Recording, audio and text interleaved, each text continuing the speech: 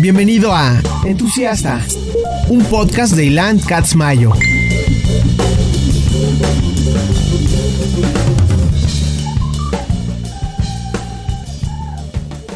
Entusiastas patrocinado por Skullcandy. Grandes earbuds, grandes audífonos, gran producto, se los recomiendo ampliamente.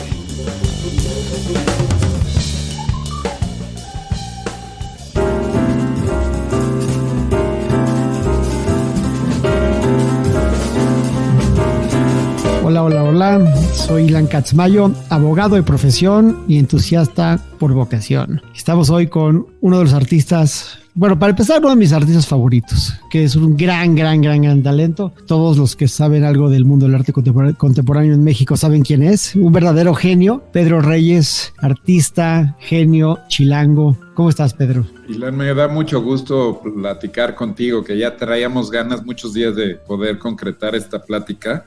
Y estoy feliz. A toda madre. Antes de empezar, me gustaría... Primero, esta es una charla de cuates, lo menos acartonada. Si hay algo que no me quieras contestar, adelante, contéstame. No te quiero contestar y se acabó y no hay pedo. Pero quería hablar mucho acerca de las cosas que me intrigan de tu obra. Tu obra me parece fenomenal, es increíble. Y una de las cosas que más me gustan de tu obra es que la constante para mí, y puedo ser equivocado, si soy equivocado, por favor interrúmpeme o corrígeme. La constante en tu obra para mí es el activismo social. O sea, la constante es estas ideas de cambio, el comunismo, el activismo, la filosofía, los valores, los ideales. ¿Cómo es que fue entrando esto a tu obra y de qué forma lo has ido acariciando a través de los años? Pues sí, es curiosa esa pregunta porque justo yo estaba la semana pasada hablando en una entrevista con Deutsche Welle, la televisora alemana, porque están haciendo una recopilación de la influencia de Joseph Beuys en el mundo. Y Joseph Beuys me influyó mucho de adolescente con su idea de la escultura social, ¿no? Esta idea de cómo la escultura se expande a la esfera de lo público. Y yo siento que esa noción de Joseph Beuys de que el arte sí puede ser un agente de transformación de la sociedad es algo muy mexicano, ¿no? En los artistas que estuvieron trabajando en el periodo nacionalista después de la Revolución Mexicana, los muralistas, los del taller de gráfica popular, etcétera, tenían esta idea de el arte y su rol en público. También para mí fue como un factor, por ejemplo, haber estudiado arquitectura, porque en la arquitectura pues tú tienes una serie de necesidades a las que tu proyecto tiene que responder. Y entonces yo siento que los artistas no rompen las reglas, sino que se agregan reglas extras. Y una de las reglas que yo me he agregado a mucho de mi trabajo era que tuviera algún tipo de efecto, ¿no? de impacto. En cuanto a algo que no fuera solamente estético, sino que tuviera una dimensión ya sea ambiental, pedagógica, política, social, etcétera. Pero obviamente que cuando uno habla de la producción de cambio, si no quieres que sea una mera alegoría, si realmente estás hablando de cambio, pues tienes que medirlo, ¿no? Tienes que comprobarlo. ¿Cuál es la métrica? O sea, esa es la pregunta, ¿cómo lo mides? Pues es difícil. Yo he hecho algunas piezas que sí tienen como un dispositivo de rendición de cuentas, ¿no? Del accountability, como le dirían en inglés. Como las armas en instrumentos. Sí, exacto, como lo de las palas por pistolas, ¿no? De decir, se destruyeron 1,500 armas. Bueno, pues por lo menos de esas 1,500 pistolas que quitamos de circulación, alguna vida se habrá salvado, ¿no? Porque obviamente que en su vida útil, pues una pistola va a matar a una... Sí, menos armas, menos muertos. Es una cuestión muy sencilla. Pero por otra parte, no era solamente esa especie de ausencia del agente de muerte, sino de transformar la pala en un árbol y de con esa pala, o sea, con el plantar... Ahorita planté 1,500 árboles y ahorita estoy en el proceso de plantar otros 7,000. Y esos árboles, pues, tienen un impacto concreto también porque... En los 10 años que llevo plantando árboles, pues he visto cómo han crecido esos árboles y obviamente que una de las acciones más importantes que tenemos que hacer hoy en día es reforestar el planeta, ¿no? Es una cuestión de supervivencia. Pero todo eso, o sea, de tener algunas piezas que sí tienen un efecto, yo creo que no es un dogma o una característica que uno deba de esperar en todos los trabajos. Yo, de hecho, creo que la mayoría del arte no puede ceñirse a esos instrumentos de medición y que su uso o su utilidad está precisamente en su inutilidad, o es decir, o sea, la estética es una función y la experiencia de lo bello también es una subversión del orden del pragmatismo y de la... O sea, la poesía no tiene, es el alimento del espíritu, entonces, en realidad... Lo decían los griegos, esos que tú estás, o he visto a los griegos, estos filósofos mucho en tu obra, eso es va muy, muy alineado con lo que pensaba Sócrates, Platón y Aristóteles. Sí, sí, sí, yo creo que sobre todo hablando de arte, te conmueva y abuso la palabra conmover porque pues es como, digamos que a mí me gustan las palabras de modé, ¿no? Me gusta hablar de la contemplación, de la belleza, de todas estas palabras. En desuso. Ajá, en desuso, porque sobre todo si consumes cultura del pasado, literatura del pasado, pues les pierdes los prejuicios, ¿no? Y te rindes ante la experiencia. Sí, dejan de ser cursis y empiezan a ser útiles, de nuevo. Claro, claro. O sea, el estigma que tienen es más bien producto de la ignorancia, ¿no? O sea, si te familiarizas no sé, ayer estaba leyendo un poema medieval que se llama El romance de la rosa y es una poesía de un poder y de una potencia desgarradora y pues es sublime. Entonces, lo bello y lo útil, o sea, es como cuando lees ese tipo, esa calidad de poesía, dices, para esto estoy vivo, ¿no? Para tener este tipo de experiencias. Totalmente de acuerdo contigo, pero siguiendo con este tema, yo entiendo que cuando sacas un arma de la calle a través de una excusa artística, tienes un impacto social. Entiendo que cuando conviertes un arma en un instrumento, aparte se vuelve, aparte de ser sumamente elocuente, se vuelve un mecanismo muy listo. O sea, dices, esto también puede ser esto. Pero de algo tan que puede aparentar ser tan sencillo como Baby Marx, que es esta obra tuya que haces marionetas de todos los personajes del comunismo, parecería ser, y dime si estoy equivocado, parecería ser que lo que realmente estás haciendo es plantando la semilla de la imagen de un movimiento que es interesante para ti en el mundo del arte contemporáneo. O sea, lo único que estás haciendo es inyectar al marxismo, leninismo, comunismo, como se concibió en su época a través de una caricatura de marionetas y después de marionetas que existen físicamente en el mundo, decir, esto fue importante y es importante para mí ahora también. Y no estás haciendo nada más que lanzarlo a la psique colectiva de la gente que nos importa el arte contemporáneo. Uh-huh. Sí, yo creo que, bueno, las marionetas son un dispositivo pedagógico que se ha usado en diferentes momentos y que te permite abordar estos personajes históricos sin tenerles que dar mucha profundidad, o sea, los puedes caricaturizar un poco y caricaturizarlos sirve para, número uno, entrar desde el humor, que es una forma también muy rápida y sintética de transmitir conocimiento, pero en general, pues sí, a mí me interesaba crear una especie de, pues de introducción a las ideas políticas, porque tú lees, no sé, tú lees a Adam Smith o lees a Keynes o lees a Hayek y luego lees a Lenin o lees a Marx, y cuando tú lo estás leyendo, pues tienen unos argumentos muy, muy persuasivos y realmente empieza en tu mente este teatro ideológico en donde tienes la voz de uno y la voz de otro, y estas contradicciones de posturas, yo las quería escenificar. Es decir, yo creo que cuando un artista hace un proyecto, es como una oportunidad para estudiar, ¿no? Entonces me hubiera gustado estudiar economía, me hubiera gustado estudiar historia, me hubiera gustado estudiar ciencias políticas, y entonces, como no lo hice, para mí hacer un proyecto de esto implicaba, pues, tener unas lecturas que, conforme vas leyendo, pues vas subrayando y vas diciendo, esto me va a servir para construir mi guión.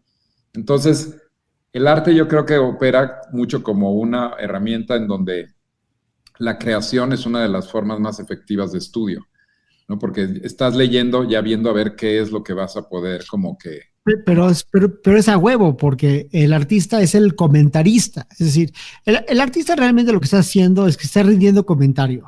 Y para rendir comentario hay que, pues, documentarse sobre lo que vas a comentar. Si no, los comentarios carecen de profundidad. Los artistas más importantes, sobre todo de nuestra era y de la era anterior, eran grandes artistas porque hacían grandes comentarios sociales, aunque fueran solamente sobre la naturaleza del arte. O sea, los impresionistas son comentaristas sobre la naturaleza o la política del arte, y así ad infinitum ad nauseam, ¿no? Sí.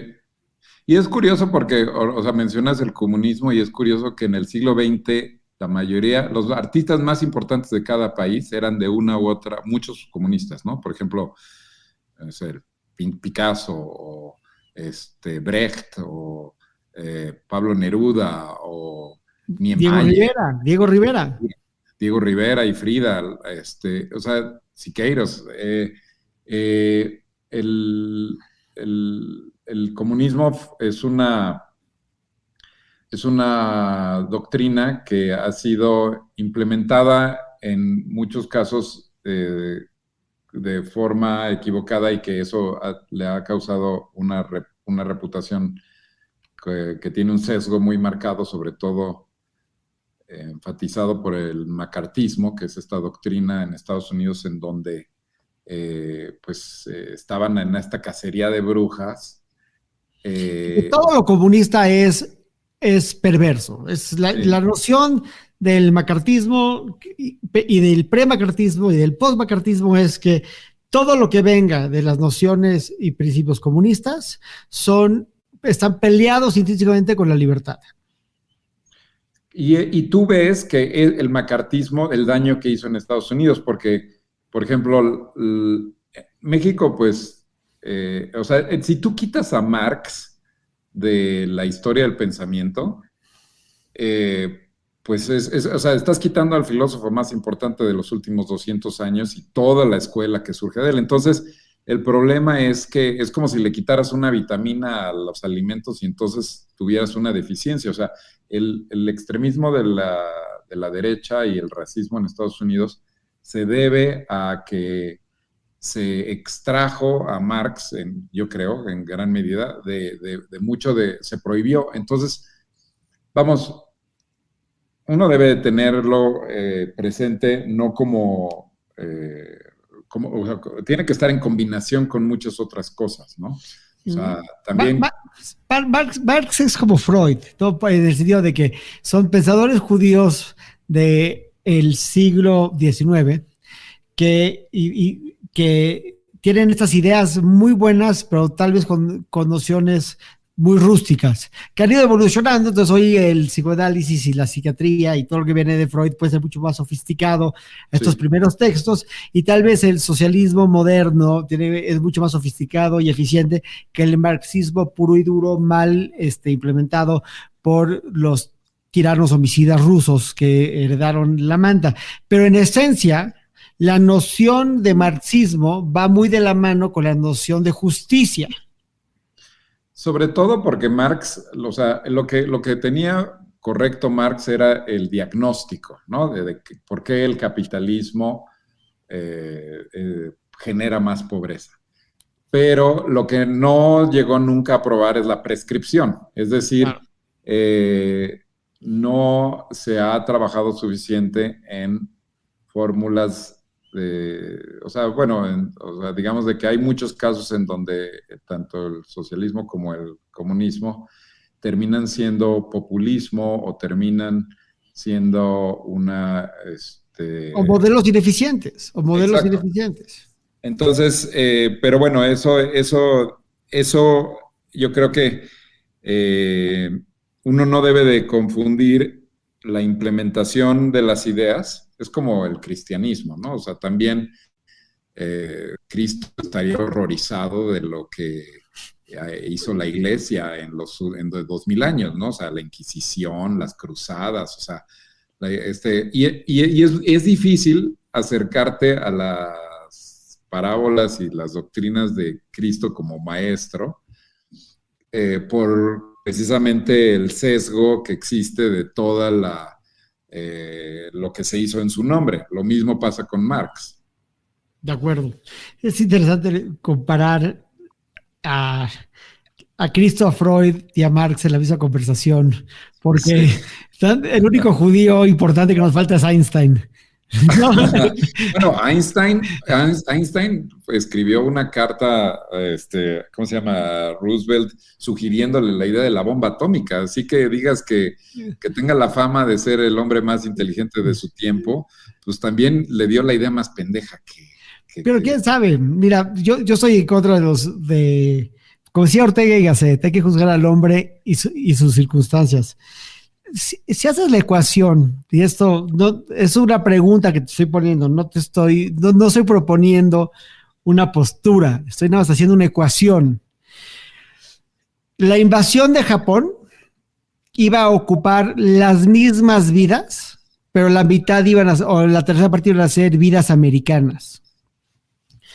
La detonación de la bomba atómica, que sin duda, en mi opinión, bajo todas las luces, es un delito de guerra, o sea, es un crimen de guerra, es un crimen en contra de la humanidad. No me imagino nada peor que aventar una bomba atómica sobre la población civil. Me parece terrible.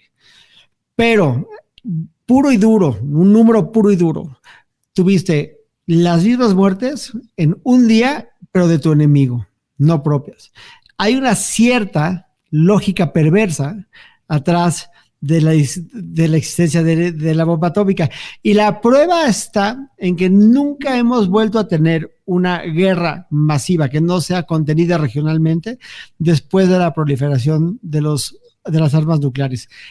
En esencia, las armas nucleares podrían ser el mejor argumento en contra de las guerras entre potencias internacionales. Pero mira, es muy posible que en el transcurso de nuestra vida todo se acabe por una guerra nuclear. O sea, o sea, la razón, o sea, eso lo vamos a ver en nuestras vidas. Cuando caiga la bomba atómica, no te va a convencer tanto ese argumento que me vas a... Totalmente de acuerdo. Inclusive... Y la gente no está consciente de que realmente, o sea, ahorita estoy trabajando con el Bulletin of the Atomic Scientist, que fue una organización creada por Einstein y por Oppenheimer, etcétera, y que justamente miden el riesgo de conflicto nuclear. Nunca hemos estado más cerca de un conflicto nuclear que ahora.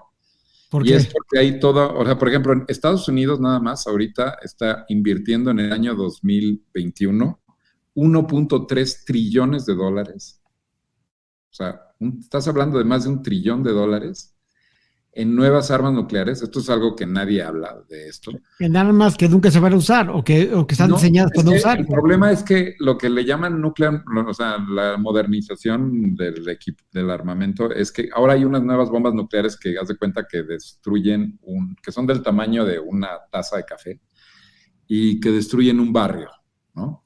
Entonces, ahora las mandas por dron o en una maletita o lo que sea, y la tentación de usar estas armas es mayor.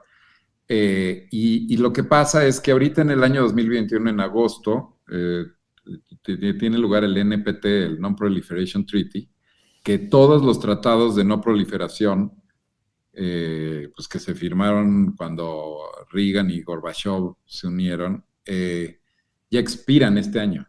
Entonces, como expiran, está todas estas compañías de armas que están pues esperando a que expire para ganarse este contrato de 1.3 trillones de dólares. Y eso es solamente en los Estados Unidos. Deja tú Putin qué está haciendo. O los chinos bueno, o los pakistaníes. Pakistán, la India, Israel, Francia, el Reino Unido. O sea, el riesgo, o sea, el argumento de Hiroshima es un argumento que hay que deconstruir porque se habla de el buen efecto, o sea, vamos, es un argumento que ha estado impidiendo o siendo un obstáculo un poco en la cuestión de desarme. Entonces, sí creo que necesitamos, hoy en día, más bien, así como se lograron prohibir las minas o el napalm, yo creo que ve Beirut. Beirut fue un accidente, lo que pasó el año pasado.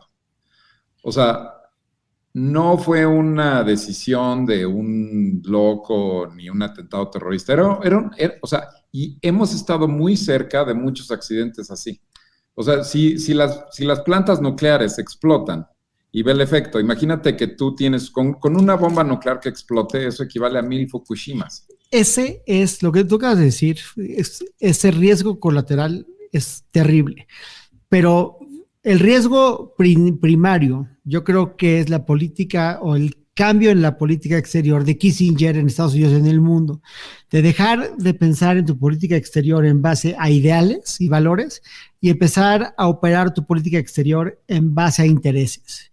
Entonces, como los intereses cambian, entonces puedes empezar a justificar cualquier cosa y por eso la existencia de las armas nucleares es sumamente preocupante. Y yo no sabía que existen armas petit, pero estas armas nucleares petit pues pueden ser enormemente seductoras para alguien, para darle un escarmiento a alguien y las consecuencias pueden ser terribles. Sí, porque todo el Doomsday Machine de Mutual Assured Destruction sigue ahí. Y además, ¿sabes qué? También la cosa de los ciberataques. O sea, el año pasado pasaron los códigos de seguridad de floppies, que te seguían en floppy disk, a la nube. Pero yo no estoy más tranquilo de que los códigos de seguridad estén en la nube. O sea... Sí, yo tampoco. Aunque tendríamos que asumir o sea...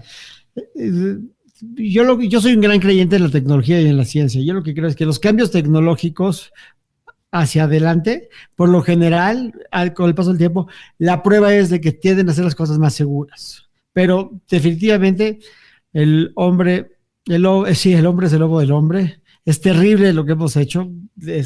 Hemos demostrado que nuestra capacidad de hacernos daño es infinita. Pero como decía Obama el otro día, no sé si lo escuché en un podcast, pero decía Obama, hace 1500 años, hace 2000 años, Genghis Khan llegaba a las puertas de tu aldea y les decía, si nos dejan entrar, solamente los vamos a matar y vamos a vender a sus parientes en el mercado de los esclavos. Si no nos dejan pasar, entonces no solamente los vamos a matar, sino los vamos a ustedes y a todos sus parientes a cocinar vivos. Eso ya no existe a través de 2000 años que han transcurrido, no sé cuánto vivió Genghis Khan, pero de Genghis Khan a la fecha, esa forma de manejarse en la política exterior ha terminado por completo. Porque el pensamiento humano y porque la evolución de los valores sí permea de generación a generación. Hitler en 1939 y Stalin en 1938. Y estas figuras son inconcebibles en el mundo en el que vivimos porque existe genuinamente una evolución en el pensamiento humano. Entonces yo tengo esta tendencia de nunca sorprenderme por la capacidad de la pendeja. Yo siempre digo que hay dos cosas en el mundo que nunca me van a dejar de sorprender. La primera es la belleza de mi esposa y la segunda es la pendejez humana. pero sí hay una evolución en cómo nos tratamos los unos a los otros. Sí, yo creo que en general hay como elementos que definitivamente hemos estado avanzando. Soy optimista en muchos aspectos. Bueno, cambiando de tema, porque no me quiero comer todo este tiempo hablando de política exterior y de armas nucleares. Regresando al tema de tu obra. Yo no conozco tu casa, aunque me encantaría que un día me invites, pero la he visto muchas veces, la he visto en la tele y la he visto en revistas. Y tu casa me parece fascinante. Cualquiera que se pueda meter en YouTube a buscar Casa Pedro Reyes la va a encontrar. Es una obra increíble en el sur de la ciudad, que está, o sea, es una verdadera joya arquitectónica. Pero sobre todo, mi impresión es que es una obra de arte. Tu casa es una obra de arte útil. ¿Qué pensarías de mi comentario? Bueno, la arquitectura es una de las bellas artes. Yo creo que hay muchos elementos escultóricos que están en práctica en este proyecto y por favor, o sea, tenemos que hacer una reunión aquí para que la visites. Eh, Digo, lo que pasa es que cuando vives en el mismo espacio en el que, bueno, cuando trabajas y vives en el mismo espacio, todo el tiempo le estás haciendo cosas, ¿no? Como que una casa nunca se acaba. Entonces, constantemente le he estado moviendo y haciendo y eso es una oportunidad única, ¿no? De poder arreglar. Y además, yo estudié arquitectura, pero nunca practiqué de ofrecer servicios profesionales a otras personas, entonces pues todas esas ganas de hacer arquitectura las he canalizado en mi propio espacio. Hay una cosa que me llama mucho la atención de tu obra y de la arquitectura de tu casa. Aparte de que naturalmente tienen similitudes estéticas, tu escultura me recuerda mucho a lo que me gusta de la historia del arte en México desde los prehispánicos hasta Siqueiros, la generación anterior. O sea, tienes esos valores estéticos muy parecidos a cosas que son muy familiares para nosotros, pero las haces nuevas. Tu casa es igual, o sea, es una obra que solamente pudo haber hecho un mexicano. Yo sé que es absurdo decirlo porque pues obviamente solo la pudiste haber hecho tú y tú eres mexicano, pero eres tal vez el artista contemporáneo mexicano que es más notoriamente mexicano. ¿Por qué es eso? Qué interesante que lo hagas esa pregunta. Bueno, un poco lo traté yo de explorar ahora en esta exposición que está en el Museo de Arte Moderno, que no es una exposición mía, es una exposición que curé, que se llama Monumental, y que habla de la escultura en México entre 1927 y 1979. Y yo creo que hay que, número uno, empezar con el hecho que en México llevamos más de 35 siglos haciendo escultura, ¿no? Sobre todo talla directa en piedra, yo siento que algo pasa cuando trabajas la piedra, cuando la esculpes directamente, que es que se gana su lugar en la eternidad. O sea, una piedra tallada permanece por siempre, porque tanto trabajo y tanto hay que pensar en función de cómo quitar lo que sobra de la piedra virgen y dejar una figura, una presencia tridimensional, que de alguna forma existe estos objetos antiquísimos que mientras todo lo demás no sabemos cómo era el teatro, cómo era la literatura, cómo era la danza que se hacía hace 4,000 años, pues ahí están estas piedras, ¿no? No sabemos cómo pintaban, cómo dibujaban. Entonces me gusta mucho ese aspecto intemporal de la escultura y sobre todo yo siento que es muy difícil resistir la tentación, bueno, como esa energía que emana del suelo, de tener tanta herencia acumulada y proyectarla hacia el futuro, ¿no? Es decir, me gusta mucho que haya una genealogía y una continuidad que además podemos hacerla gracias a la mano de obra que hay en México. Yo tengo un equipo de escultores en mi taller que pues la mayoría vienen de Chimalhuacán, que es un lugar que se practica la escultura desde antes. Conozco Chimalhuacán, conozco. Y también aquí en Coyoacán, pues era donde hasta aquí llegaba la lava de la erupción del Pedregal.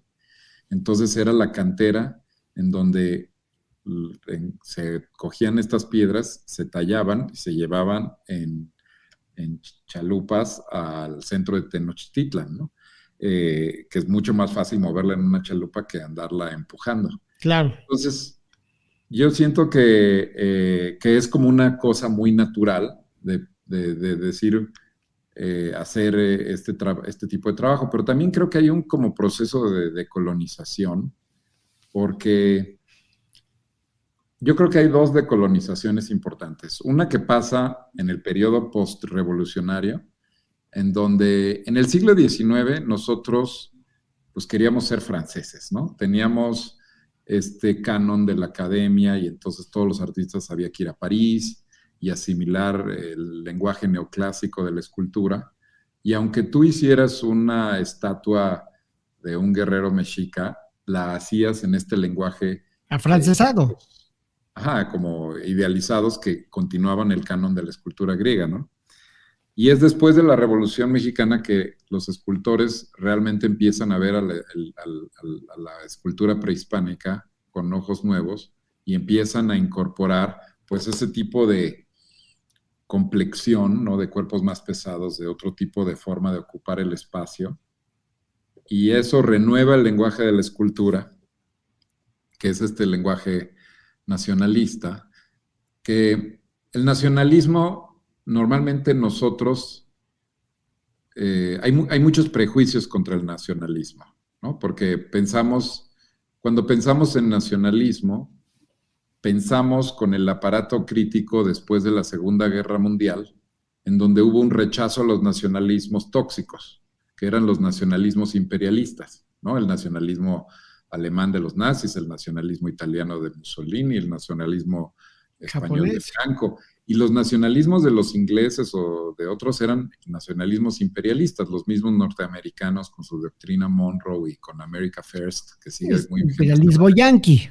Sí, pero el nacionalismo en México es que en un país que ha sido colonia, necesitas nacionalismo para poder experimentar esa decolonización. O sea, si no tuviéramos el arte de los muralistas y de todo lo que ocurrió después de la Revolución Mexicana, pues no tendríamos identidad. Y le ha pasado a muchos países latinoamericanos que no tuvieron una escuela nacionalista y que no tienen tan claro qué es lo que visualmente se reconoce como propio, ¿no? Entonces yo creo que la plástica en México sí tenía tanta herencia precolombina que en la modernidad se incorporó al lenguaje escultórico y a mí me interesa, yo siento que hubo después otra colonización que ocurre en los años 60 y 70, que es el modelo en el que yo me formé, que era el arte conceptual, ¿no? Es decir, en donde pues había que aprender a hacer un Donald Judd y un Duchamp y un Warhol y una serie es como una especie de obediencia epistémica, pero casi una sumisión epistémica, en donde para sacudirte de ese lenguaje nacionalista, que también había sufrido una cierta decadencia, o sea, ya para los años 60, pues el nacionalismo ya no tenía sustancia, ¿no?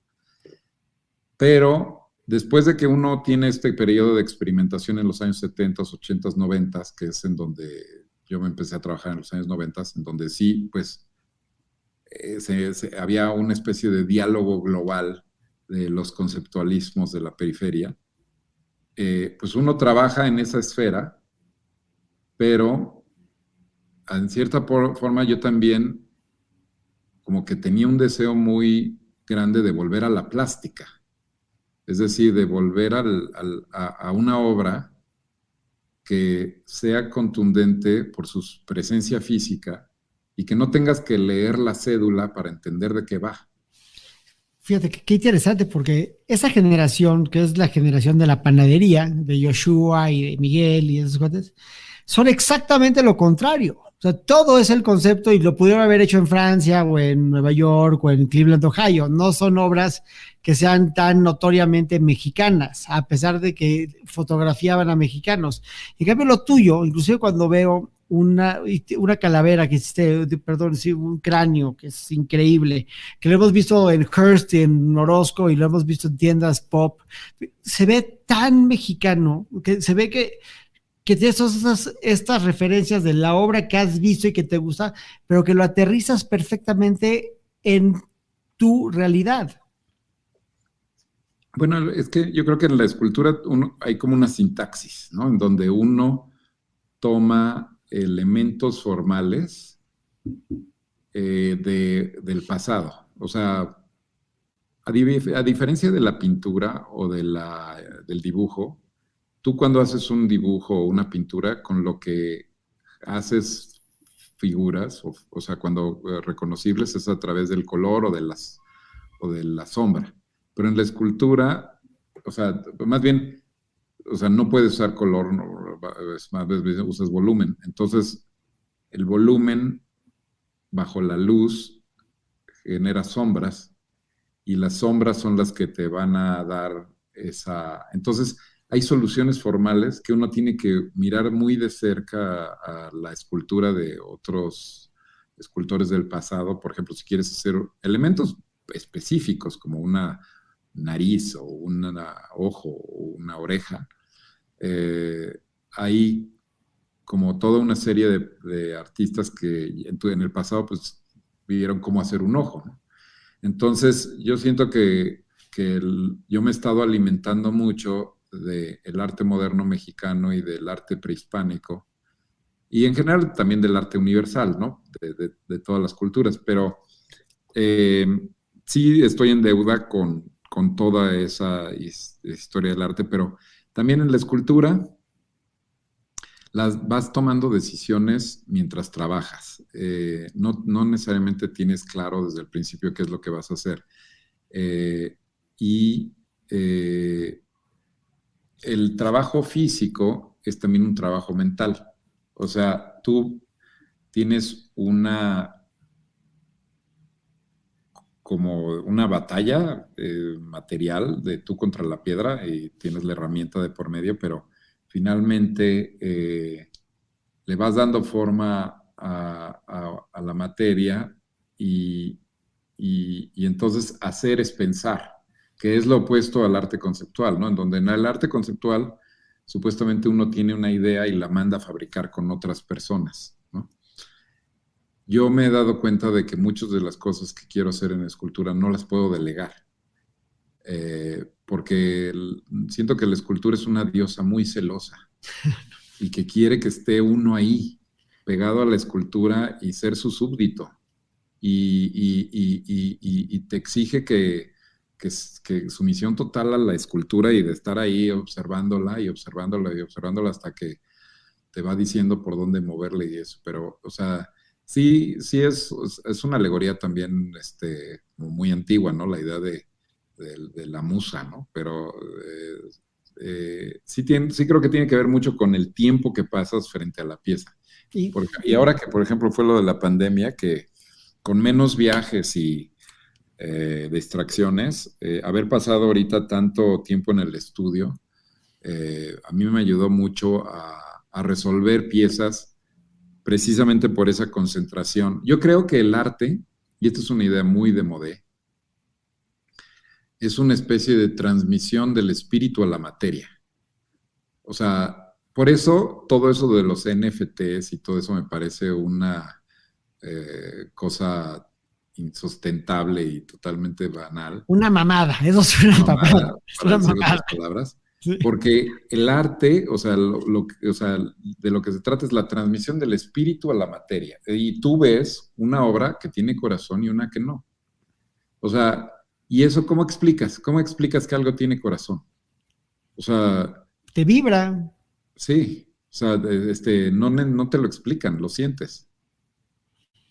Sí, y eso es algo que, por ejemplo, eso yo lo aprendí de Geles Cabrera, que es esta escultora que tiene 95 años, que vive aquí, es vecina mía. Y yo pensé que estaba muerta, y de repente la encontré en un libro y dije, ay, mira, la voy a googlear. Y no encontré nada sobre ella, absolutamente no había nada en internet. Pero lo que encontré fue en la sección amarilla su teléfono. Entonces Entonces cojo el teléfono, marco y me contesta ella. Y le digo, ¿usted es Geles Cabrera? Sí, pues mire, soy vecino suyo de aquí de Coyoacán, me gustaría visitarla. Y eso fue hace como 3 años. Y la empecé a visitar y de repente se abrió para mí un universo porque yo le preguntaba, ¿y esta pieza cómo se llama? No, pues no tiene nombre. Y ninguna de sus obras tenían nombre. Es decir, su forma de trabajo era tan aconceptual, o sea, era tal cual como coger y modelar, pero no ilustraba conceptos, era la presencia física de la materia. Entonces, para mí, el superar al arte conceptual, que yo lo creo que ahorita está como en una especie de, bueno, no, lo que pasa es que yo todo el tiempo estoy haciendo arte conceptual, o sea, lo que pasa es que no, como que salí del closet y me di chance de poder experimentar la intuición, que la intuición es una forma muy elevada de pensamiento porque no está, digamos que no tiene esos apuntalamientos teóricos y ni justificaciones, ¿no? Sino que tienes que confiar y sobre todo tienes que hacer. O sea, yo creo que hay que hacer y luego teorizar. Y tal vez no por eso deja de ser conceptual, porque o sea, tal vez no es necesario tener el concepto perfectamente determinado antes de traer la obra para que la obra en sí misma sea conceptual. Uh-huh. Y eso es exacto, es una especie de desobediencia epistémica, ¿no? Porque hoy en día parecería que para que un artista se dé permiso de hacer algo, tiene que tener toda esta especie de justificación teórica, ¿no? Pero yo creo que eso te puede causar parálisis. O sea, yo creo que hay que hacer. Y después de hacer, ya puedes empezar a teorizar. Ahora, también eso creo que es un poco hipócrita de mi parte, porque yo soy una persona que me la vivo teorizando. Y también, o sea, más bien es una especie de proceso como en donde tienes teoría que luego la quieres utilizar, pero también no puedes solamente surgir de ahí. Necesita haber esa especie de, es lo que le llaman un quiasmos, ¿no? O sea, como una especie de fuerzas que van así como que una en un sentido y otra en otro sentido, que me gusta mucho porque hay un símbolo prehispánico que es el olín, que precisamente muestra como esta especie de lazos entrelazados y que significa movimiento o terremoto, y que ese es como un poco el proceso de tesis, antítesis, síntesis, o como dos fuerzas que se unen en una síntesis, ¿no? Pero es interesante lo que dices, porque varios de mis amigos artistas me han dicho que el gran reto de la inspiración no es necesariamente encontrar la idea, es que tu idea no te dé hueva. O sea, hay una resistencia que dices, puta, es que está como que te cuesta mucho trabajo tal vez tomarte en serio. Y cuando empujas y empujas y empujas y rompes la hueva, pierde la ironía o pierde tu prejuicio y se convierte en una idea más bella. No todas van a salir bien, pero tienes que romper la resistencia de tu temor a ti mismo de darte esa hueva. Uh-huh. Digo. Claro, bueno, sí, o sea, digo, que si el artista está entusiasmado, pues ese entusiasmo es contagioso, ¿no? Sin duda, pero nadie está entusiasmado siempre, todo el tiempo. O sea, vas a estar entusiasmado al final porque ya te salió bien, pero cómo ir generando ese momento en el que estás trabajando, ¿no? Claro. Inclusive, cuando yo pienso mucho en Pollock, cuando pienso en esta conversación y digo, a ver, en Pollock, que se sentía sumamente fracasado antes de que empezó a pintar de la forma que pintó, que es dripping paint, ¿no? ¿En qué momento agarró Pollock, acostó el lienzo en el piso, agarró los broches y empezó a manchar y no a pintar o a dibujar como lo hacía? En ese momento, esa idea, pues si se lo había platicado antes, se lo había dicho, no, vale, es una pendejada. No, si no se le hubiera ocurrido como se le ocurrió, tal vez la idea, porque a nadie se le ocurrió antes, la idea probablemente hubiera sido una mamada, debe decir, qué pendejada. Pero en ese momento que lo hizo por su frustración, por sus deseos cosas diferentes, por cómo se sentía de sí mismo, y ahí, hablando del espíritu, en ese momento, con el cambio de la técnica, abre las puertas y su espíritu se plasma en el lienzo. Que en realidad, o sea, bueno, lo que es muy interesante de Pollock es que él empieza a hacer ese tipo de experimentos cuando era alumno de Siqueiros, ¿no? Que Siqueiros va a Nueva York y da el Experimental Workshop, Siqueiros Experimental Workshop.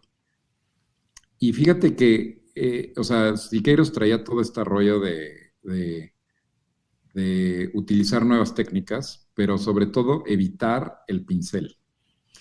Porque utilizaban, por ejemplo, pistola de aire, del drip paint, que es como esto de salpicar. Tú lo ves, por ejemplo, en la sala de arte de Siqueiros o en la tallera, tienen todos estos experimentos que son como revolturas de pintura y explosiones.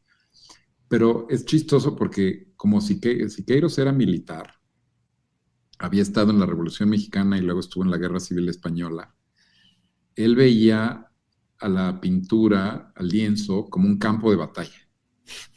Y quería hacer explosiones y disparos. Y entonces es el impulso militar beligerante de Siqueiros que inspira a Pollock y que entonces, como Siqueiros a sus alumnos les decía, no van a pintar, pero no pueden usar pincel. Y ahí es donde Siqueiros descubre el drip paint y ahí es la transformación que lo lleva a hacer su action painting, ¿no? Wow, fíjate que no me sabía la historia. ¿Qué cosas? Sí sabía que Pollock fue alumno de Siqueiros, pero no sabía que Siqueiros era responsable. Pollock se fue alumno de Siqueiros, sí. De ahí sale. Es fascinante. Oye, pues, Pedro, ya nos acabamos nuestros 40 minutos de plática. No sabes cómo agradezco esta conversación. Eres un hombre brillante, súper interesante. O sea, ya tendremos más oportunidades seguramente de platicar, pero me siento muy afortunado de haber tenido esa oportunidad de charlar contigo y de corazón te tengo que decir que eres un hombre muy generoso con tu tiempo. No sabes cómo te agradezco eso, amigo. No, pues al contrario, y gracias por la invitación. No hay nada más rico que poder tener foros donde hablar de tener este tipo de conversaciones de tan buen nivel y quedamos pendientes para que vengas a la casa y aquí nos echamos unos mezcales. Muchas gracias. Y enhorabuena por el programa, me encanta. Muchas gracias.